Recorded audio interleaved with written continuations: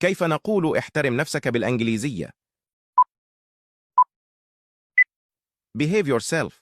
كلمات بالإنجليزية تحتاجها. كيف نقول كما تريد؟ As you like. كيف نقول انتهى الوقت؟ Time is over. كيف نقول هل أنت مجنون؟ Are you crazy?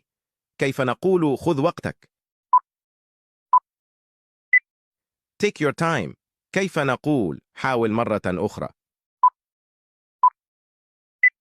Try again. كيف نقول أنا فخور بك؟ I'm proud of you. كيف نقول لا تجرب صبري؟ Don't try my patience. كيف نقول أنا مدين لك؟ I owe you. أخبرنا في التعليق كم تحصلت على 10. كيف نقول توقف عن النميمة؟ Stop gossiping. تابعنا للتعلم أكثر وشكراً.